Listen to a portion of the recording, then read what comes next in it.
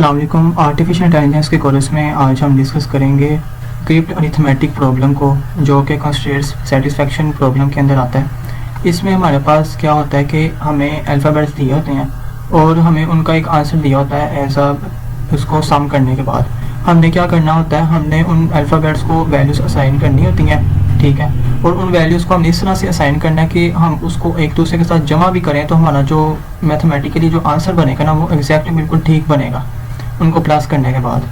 तो इसकी जो सारी आगे कंस्ट्रेंट है वो मैं आपको बताता हूँ। Each letter must represent a unique digit, no repetition is allowed. मतलब कि हर लेटर को हमने एक यूनिक डिजिट दे देना है, ठीक है। और वो जो डिजिट हमने देना वो किसी और डिजिट को नहीं देना।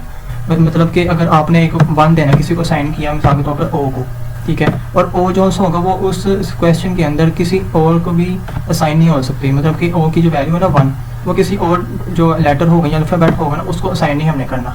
तो ये एक इसकी ये आ जाती है, कंस्ट्रेंट आ जाती है। दूसरा ये कि अगर हमारे पास एक क्वेश्चन के अंदर ओ जो है वो 2 या 2 से ज़्यादा मरतबा आया हो, तो हमने जहाँ जहाँ पर ओ होगा हमने वहाँ पर एक ही रखना है। ऐसा एग्जाम्पल मैं यहाँ बता रहा हूँ, आपने वहाँ पर वही वैल्यू रखनी है जो आपने उस लेटर को पहले असाइन की थी। ये नहीं कि एक जगह पर ओ पड़ा उसको कोई और वैल्यू साइन कर दी, नेक्स्ट पे अगर कोई ओ पड़ा तो उसको आपने कोई और वैल्यू साइन कर दी। ऐसे नहीं करना, आपने जहाँ जहाँ वो अल्फ़ाबेट होगा या लेटर होगा आपने उसको एक ही वैल्यू असाइन करनी है। एक ये इसकी रिस्ट्रिक्शन में आ जाता है। दूसरा इसमें यह कि the question must be numerically valid when letters are replaced with digits. मतलब कि हमने लेटर्स को इस तरह जब हमने डिजिट उनके साथ रिप्लेस करने हैं और उनको हमने मैथमेटिकली उनको सॉल्व करना, तो हमारी जो सी वो इक्वेशन का आंसर होगा ना वो बिल्कुल ठीक आना चाहिए। मतलब कि आप मिसाल के तौर पर समझ लें हमने 2 + 3 किया है, अब 2 + 3 = 5 ही आना चाहिए। ये नहीं कि आपका कोई और आंसर आ रहा हो, हमने अल्फा उसको लेटर्स को कोई और वैल्यू साइन किया और आपका आंसर कोई और आ रहा हो, तो ऐसे नहीं हमने करना। इसको परफेक्ट आंसर हमने लेके आना। The total number of distinct letters less than equal to 10 as only digits 0 to 1 are available. मतलब कि हमने वो वैल्यूज लेनी है जो सिर्फ 0 और 1 के दरमियान होंगी, उससे ज़्यादा हम वैल्यूज़ नहीं ले सकते। ये हमें इसके अंदर एक कंस्ट्रेंट दी गई है। नेक्स्ट मेरे पास यहाँ पर एक एग्जांपल है जिसमें हमने एक सवाल दिया है, हमें बताया गया कि यहाँ पर हमें अल्फ़ाबेट्स दिए हैं 2 और 2, और ये इनको हम जब प्लस करेंगे तो इसका हमारा क्या आंसर आएगा 4। अब हमने इन 0 से लेकर 9 के दरमियान हमने यहाँ 0 से 9 तक के वैल्यूज़ हमने लेनी है और इनके डिजिट्स को हमने अल्फ़ाबेट्स को असाइन करनी है, और इसके बाद हमारा जो आंसर आएगा ना वो बिल्कुल मैथमेटिकली करेक्ट होना चाहिए। अब सॉल्व करने से पहले मैं आपको एक कंडीशन बता दूं, एक होती है कैरी लेना। आपको पता है कि हम क्या करते हैं, या तो पिछले से हम कोई ना कोई एक वैल्यू लेते हैं और उसको हम अगले में ऐड करके तो उसमें या प्लस या माइनस करते हैं। ये हम कंसेप्ट शुरू से पढ़ते आ रहे हैं। तो कैरी का इसमें ये कंसेप्ट है कि हमारे पास कैरी 2 तरह के होंगे, या तो वो 0 होगा या वो होगा हमारे पास 1। 0 का मतलब कि हमारे पास कोई कैरी नहीं है, और 1 का मतलब कि हमने एक 1 जो डिजिट है वो हमने कैरी लिया है। कैरी ये नहीं कि पिछले अल्फ़ाबेट में से कोई ना कोई वैल्यू कैरी ली है। कैरी का मतलब ये है कि हमारे पास हमने उसका सोल्यूशन इस तरह बनाना कि हमारा जो कैरी है वो 1 आएगा, ठीक है। तो ये हमने आप इसमें एक कंडीशन याद रखनी है। अब हमने क्या देखना है कि हमारा ये जो सवाल है, ठीक है, और उसका जो आउटपुट है, आउटपुट में हमारे पास 4 आए हैं लेटर्स, और हमारे पास जो यहाँ पर है वो 3, ठीक है। और जो एंड वाला होगा ना, इसका मतलब ये है कि हमारे पास ये 1 कंसीडर होगा। 1 क्यों होगा? क्योंकि हमारे पास जो इसको सम करने के बाद जो हमारे पास वैल्यू आएगी ना वो कैरी में आएगी, ठीक है। यहाँ पर हमारे पास कोई कैरी वैल्यू आएगी, कैरी हमारे पास क्या आएगा 1 आएगा। अब 1 हमने किसको साइन करना है? F को साइन करना है, ठीक है। F को मतलब कि हमने 1 असाइन किया, इसका मतलब ये कि इन दोनों को जमा करने के बाद जो हमारे पास वैल्यू आएगी ना वो 2 डिजिट्स की वैल्यू होगी, ठीक है। और ये बात आपको पता है कि हम भी जब किसी को जमा करते हैं तो यहाँ पर मिसाल के तौर पर जमा किया और उसका जवाब आया 2 डिजिट्स की वैल्यू, एक डिजिट की वैल्यू यहाँ पर रहेगी और एक डिजिट जो है वो ऊपर चले जाएगा, ऐसा कैरी। इसी तरह यहाँ पर भी यही सीन होगा, क्योंकि ये हमारे पास एक एक्स्ट्रा है, तो इसके मतलब हम ये कंसीडर करेंगे कि ये जो एंड वाला हमारे पास हुआ है ना फाउंड, हम इसको 1 ऐसा कैरी असाइन करेंगे। तो फिर मैं आपको इसको अब सोल्व करके दिखाता हूँ कि हम कैसे इसको सोल्व करते हैं। अब क्योंकि आपको मैंने बताया कि यहाँ पर जो वैल्यू आएगी हमारे पास एंड वाले में वो आएगी 1। अब हम क्या करेंगे, इसको यहाँ पर 1 असाइन कर दें, मतलब कि ये पीछे से एक कैरी आया। आप इसको लेफ्ट से भी शुरू कर सकते हो, राइट से भी शुरू कर सकते हो, लेकिन पहले आपने इस कंडीशन को बना लेना कि यहाँ पर हमारे पास क्या आएगा 1। अब हमारे पास यहाँ पर 1 आ गया, F की वैल्यू हमारे पास क्या आ गई 1। अब हमने F की वैल्यू 1 यहाँ पर असाइन कर दी, तो इसका मतलब ये है कि हम किसी और को अब 1 असाइन नहीं कर सकते, ठीक है। अब मैं आपको क्या करता हूँ कि मिसाल के तौर पर मैं O से शुरू करता हूँ, ठीक है। O से शुरू किया तो हमने क्या देखना कि यहाँ पर क्योंकि ये कैरी 1 है और हमने ऊपर भी कैरी ही बना लेने हैं कि हमारी जो वैल्यूज यहाँ पर बनेंगी वो कैरी होके फिर 2 वैल्यू होंगी, वो 2 वैल्यू आगे जाएंगी तो वो फिर उनका जो सम होगा वो कैरी में तब्दील होगा। तो हमारा क्या होगा, यहाँ पर एक कैरी C1 कंसीडर कर लेते हैं, एक यहाँ पर कर लेते हैं C2, ठीक, और एक यहाँ पर हमारे पास C3 आ जाता है जो हमने पहले कंसीडर कर लिया। अब हमने क्या किया, यहाँ से हमने शुरू किया, ठीक है। अब ओ की हमने वो वैल्यू लेनी है कि जिससे हमारे पास जो C1 है ना, यानी कि यहाँ पर एक कैरी आने चाहिए। अब हम क्या इसमें चूज़ करेंगे कि हमारा जो है वो कैरी में आंसर बने। अब अगर हम मिसाल के तौर पर करते हैं 5 + 4 तो इसका बनता है 9, और 9 का तो कैरी बन नहीं सकता, 9 सिर्फ यहाँ पर आ जाएगा, उसका कैरी क्या जाएगा 0, और 0 तो जाना नहीं चाहिए क्योंकि हमने 1 लेके आना है, ठीक है। अब 1 लेके आने के लिए हम क्या करेंगे, यहाँ पर मिसाल के तौर पर इसको साइन करते हैं 5, और इसका क्या मतलब होगा, ओ को हमने 5 साइन किया तो 5 + 5 = 10 हो जाएगा, मतलब कि हमारे पास यहाँ पर एक कैरी बन गया। तो हमने क्या किया, ओ को 5 असाइन कर दिया। अब ये वाला जो 5 है हम किसी को आगे असाइन नहीं करेंगे, और ओ जहाँ जहाँ पर हम उसको 5 कर देंगे, मतलब कि यहाँ पर हमारे पास 5 आ गया, ठीक है, यहाँ पर भी 5 आ गया, यहाँ पर भी 5 आ गया। अब हमने क्या किया, अब 5 किया तो हमारे पास 5 + 5 क्या होता है 10। अब आर के हमारे पास क्या आ गया 0, और एक हमारे पास जो सा 10 का 1 था वो ऊपर चला गया। अब इससे क्या हुआ, हमारे पास जो आर की वैल्यू ना वो हमारे पास क्या आ गई 0 आ गई, ठीक है, आर की वैल्यू हमारे पास 0 आ गई। और अब हमने इस 0 को किसी को भी असाइन नहीं करना। अब हमने क्या करना है, हमारे पास एक 1 तो कैरी आ गया। अब जो W है ना, इनमें वो वैल्यूज लेनी है कि हम उसके साथ 1 को भी जमा करें, और हमारे पास जो वैल्यू यू की आएगी ना वो कैरी के तौर पे आनी चाहिए, ठीक है। मिसाल के तौर पर मैं अगर यहाँ पर लेता हूँ, समझ लें 4 को लेता हूँ, क्योंकि ये दोनों एक ही वैल्यू है, ठीक है, हम इसमें डबल वैल्यू नहीं ले सकते। W को लिया हमने 4, अब 4 + 4 क्या होता है 8, 8 + 1 9, इसका तो हमारे पास वो कैरी बना ही नहीं। तो हम क्या करेंगे, इससे आगे जाएंगे 4 5 में भी हमारे पास क्या बनता है, हमारे पास 5 में भी बनता है 10।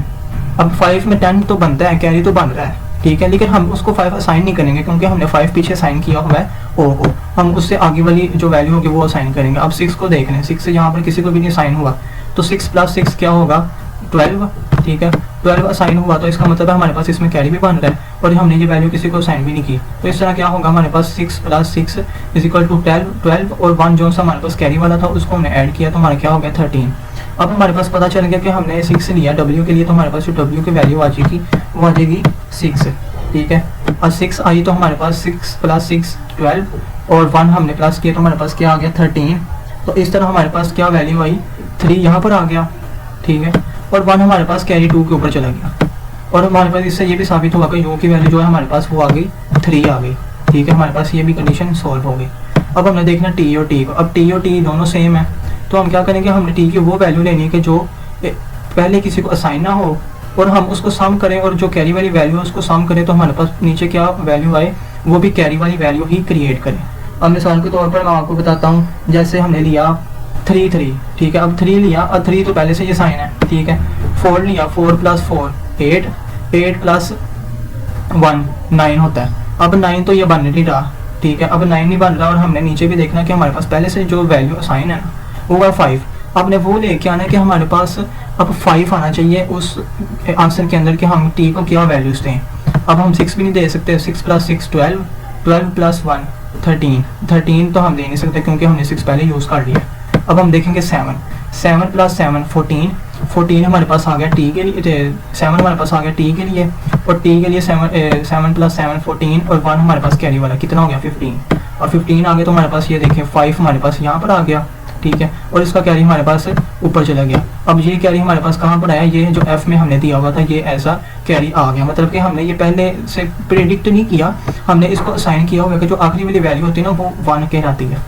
अब 1 कहलाई तो हमारे पास ये सारा जो सवाल है वो कंप्लीट हो गया। इसी तरह हमने अगर इस बॉक्सेस में वैल्यू लिखे तो हमारे पास आती हैं, टी के लिए हमारे पास आ गई 7 7, डब्ल्यू के आगे हमारे पास 6 6, और ओ के लिए हमारे पास आ गई 5 5, ठीक है, और हमारे पास जब हम इसको जमा करेंगे तो हमारे पास क्या जवाब आएगा 0, और 1 ऊपर गया क्या बना 13, यहाँ पर आया हमारे पास 3, इसका क्या जवाब आया, ये 13 बना और 1 फिर ऊपर चला गया, इसका जवाब आया 15, ठीक है, और ये 1 जब ऊपर गया तो हमारे पास यहाँ पर आ गया, ठीक है। अब देखो आपने हमने इन वैल्यूज़ को ऐसे साइन किया, अगर हम इसको मैथमेटिकली सॉल्व करेंगे तो ये हमारे पास जो आंसर है वो बिल्कुल ठीक है।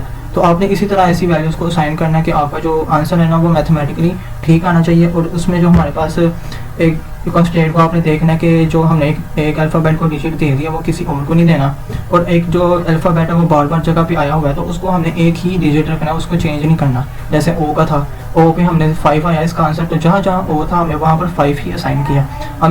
अब मैं आपको एक बात बता दूँ कि अगर यहाँ पर 5 ना होता, ठीक है, साथ तो आपका 5 ना होता और ये कोई भी वैल्यू ना होती तो हम इसको क्या करते हैं, अपने से कोई वैल्यू बना सकते थे, लेकिन हमने ये देखना था कि वो वैल्यू चूज़ करनी है जो पहले किसी को वैल्यू ना दी गई हो।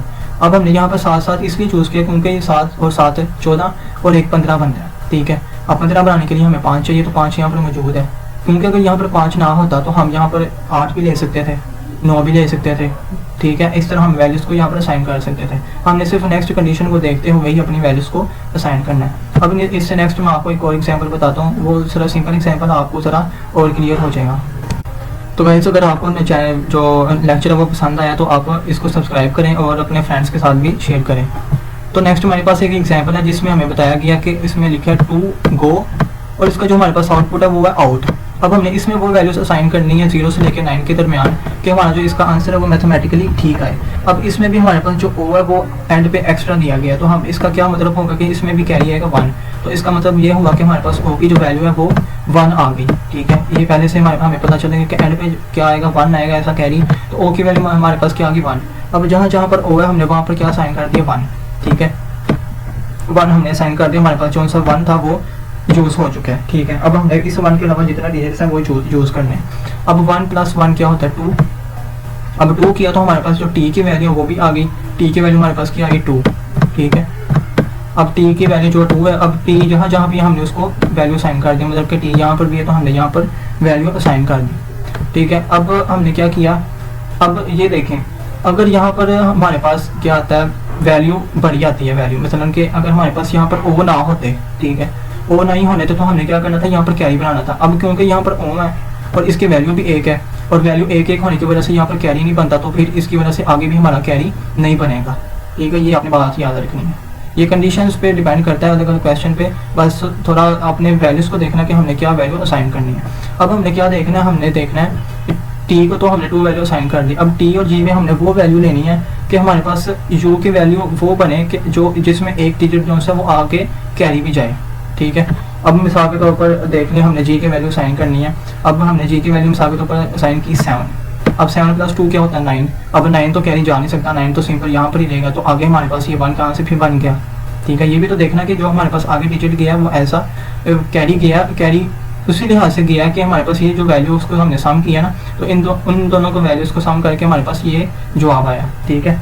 तो अब हम क्या करेंगे, हमने 7 लिया, हमारी नई बात बनी। अब मिसाल के तौर पर हम लेते हैं 8। अब 2 + 8 हमारे पास क्या हुआ 10। अब यहाँ पर हमारे पास कैरी बन गया, ठीक है। अब यू की वैल्यू जहाँ पे थी वहाँ पर हमने क्या रख दिया 0, और ये जो 10 का 1 था वो हमारे पास यहाँ पर आ चुका है, ठीक है। अब आने के बाद हमारे पास ये 1 यहाँ पर है, तो ये हमारे पास क्या बन गया 10, और टी ओ + ओ जो सा था वो हमारे पास बन गया टी, जिसकी वैल्यू थी हमारे पास 2। तो इस तरह हमें जी की भी वैल्यू मिल गई, जिस जी की वैल्यू हमारे पास है 8, ठीक है, और यू की वैल्यू हमारे पास क्या आ गई 0।